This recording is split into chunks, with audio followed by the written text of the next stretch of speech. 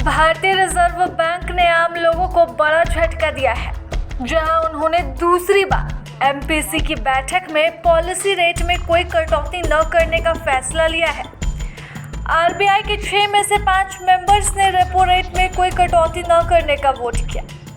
मौजूदा समय में आरबीआई रेपो रेट 5.50% है। इससे पहले अगस्त के महीने में भी आरबीआई की ओर से पॉलिसी रेट में कोई बदलाव नहीं किया गया था।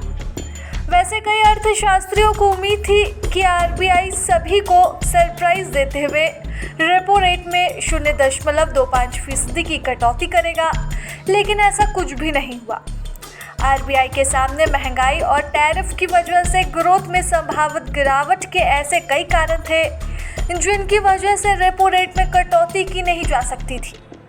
लेकिन जानकारों का कहना है कि रेपो रेट में कटौती न करने का फैसला काफ़ी स्ट्रेटेजिक है।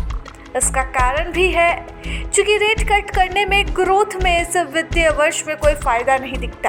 आरबीआई गवर्नर की स्पीच से संकेत मिले हैं कि दिसंबर के महीने में पॉलिसी में रेट कट हो सकता है।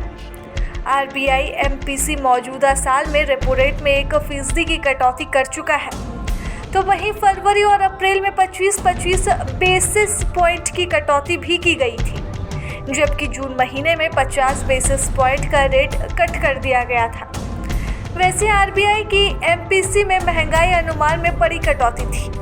आरबीआई गवर्नर ने जानकारी देते हुए कहा कि मौजूदा वित्तीय वर्ष में महंगाई अनुमान में 0.50% की कटौती की गई है, जिसके बाद देश का महंगाई अनुमान 2.6% कर दिया गया।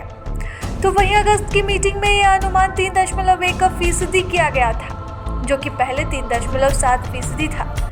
इसका मतलब है कि आरबीआई महंगाई के अनुसार कटौती कर रही है। तिमाहीवार महंगाई अनुमान की बात करें तो दूसरी तिमाही के लिए सीपीआई बेस्ड महंगाई 1.8% रहने का अनुमान है, जबकि पहले 2.1% का अनुमान लगाया गया था। और तीसरी तिमाही के लिए 1.8% रहने का अनुमान है, जो कि 3.1% से कम है।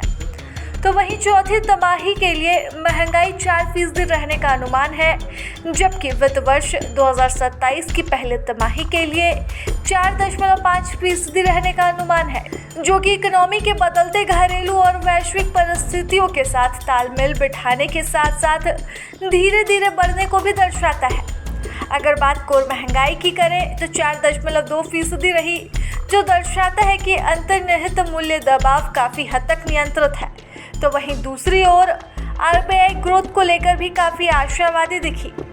एमपीसी ने ग्रोथ के अनुमान में 30 बेसिस पॉइंट का इजाफा किया है।